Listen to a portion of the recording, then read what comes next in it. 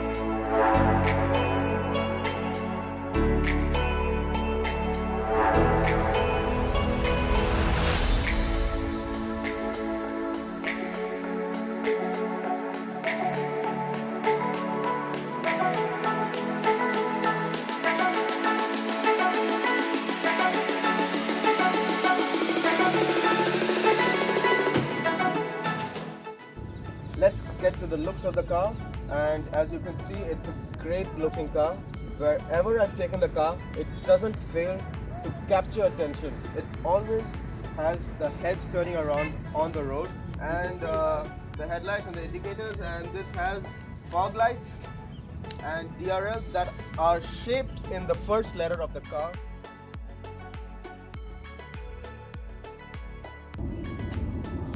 Unlike the flashy front, the rear is really simple, typically Renault.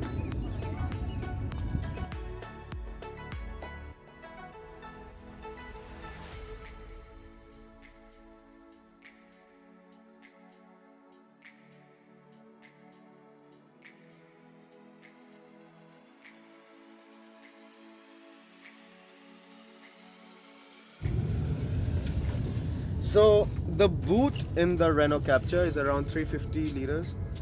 It's not as big as the competition, but as you can see, it can just barely accommodate a full-size man. And it's actually a little narrow, the loading bay is a little narrow, but you can manage. Another thing that contributes to the flashy looks of the car are these spectacular looking 17-inch alloys, diamond cut alloys to be specific, and they are wrapped around two 15 section tires, 60 profile and 17-inch rims.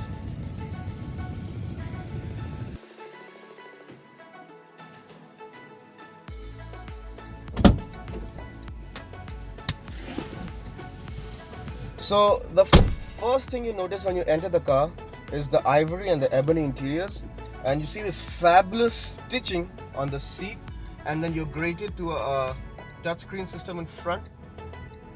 It's a great looking package. Everything feels right perfect and it falls right in your sight of vision, but it has its own share of faults.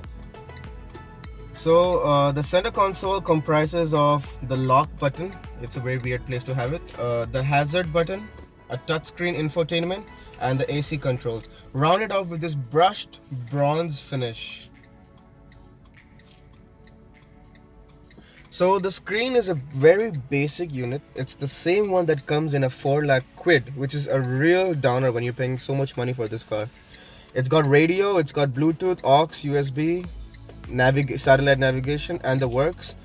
But in this day and age, it does not have Apple CarPlay and Android Auto. And frankly speaking, that's a bit of a downer because all of its competition already has that going for itself. So why doesn't this has one?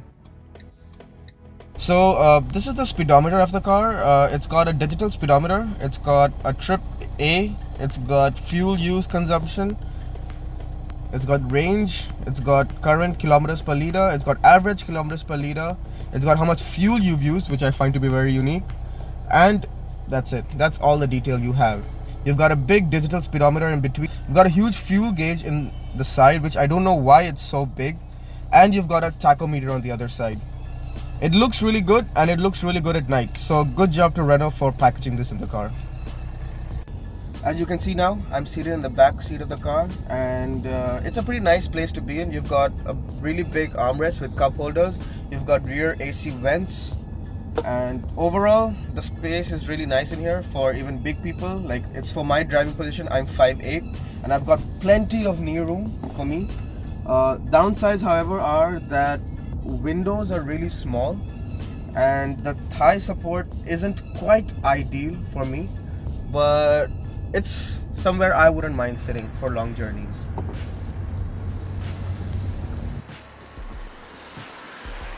So I'm right now behind the wheel of the Renault Captur. So let's see how this car is actually to drive.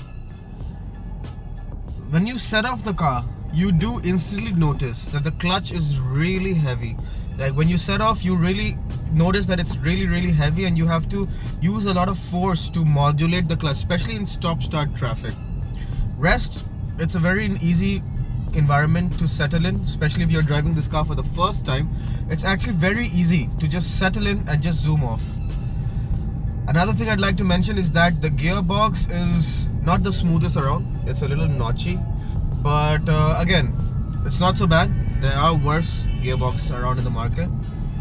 Coming to the steering feel is sublime. I mean, I mentioned this in the Duster review as well. It's a very good handling car, and this car does it even better. It sticks to the corners. You can put it in at any speed and you know that it's going to stick and it's going to pull through, which is a really good feeling to have when you're driving a car.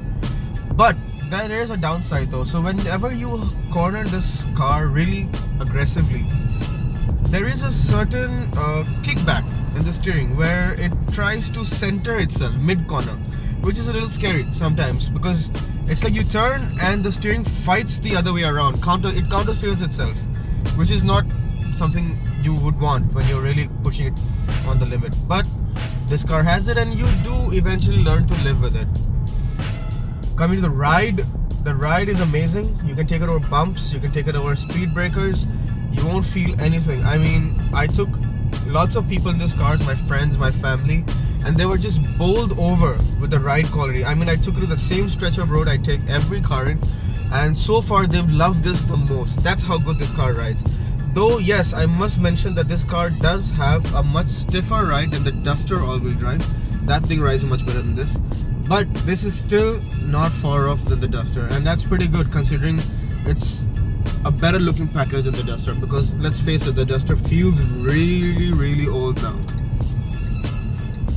The ergonomics of the car, it's a little weird because I'm not very tall. I'm 5'8", but I like to sit a little close to the steering wheel when I drive, and when I do that, my knees hit the center console, and that's not nice. So for that, I need to push the seat a little back, and when I put it a little back, I need to stretch a little bit for the clutch. So it's not the ideal driving position, but again, it's something you get used to and you can live with it.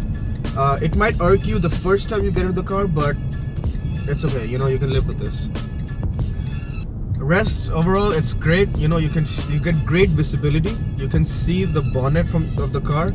It helps you to judge the exact space your car needs, and you're in a tight parking space or you're in traffic.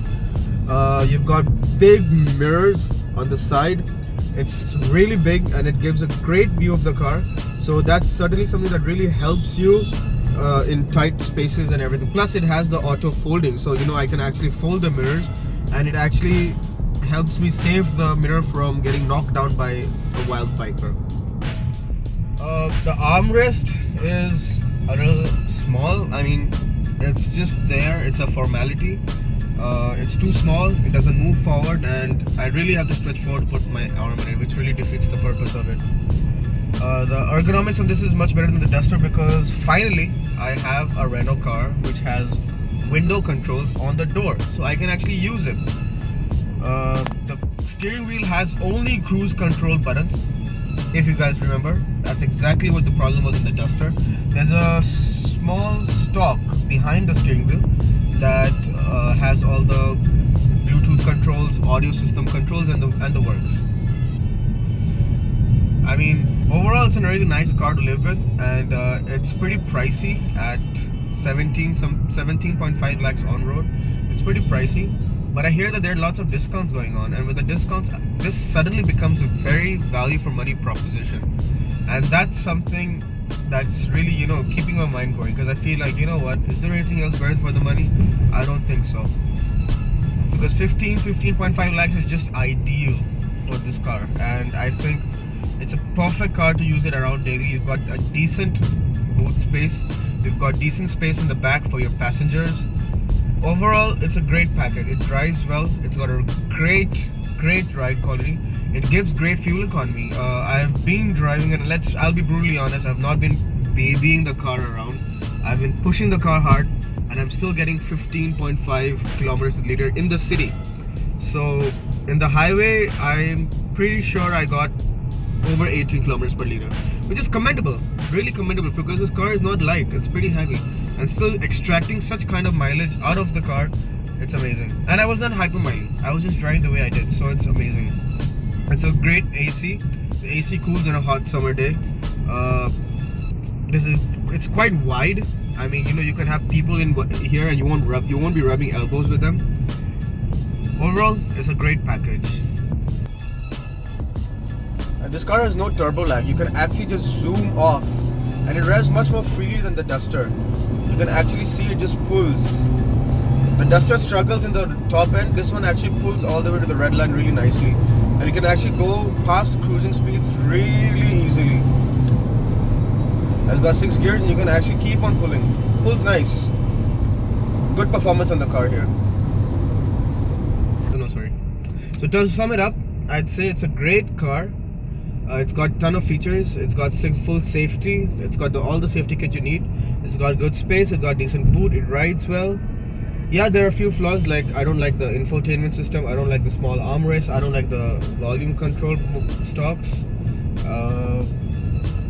The interiors feel a little cheap, I don't like this material on the door. And I feel that Renault killed the car with the pricing. If they nailed the pricing on the launch, pretty sure this car would sell like crazy. It has all the recipes to make a fine product. But it was priced so close to the segment topper, which is the Hyundai Creta, and that's what was the nail in the coffin. Again, it's not too late for a revival. If Renault can revise the pricing, it's going to be a great hit, because this car is just that good. And on that note, thank you very much for watching. See you next time. Bye bye.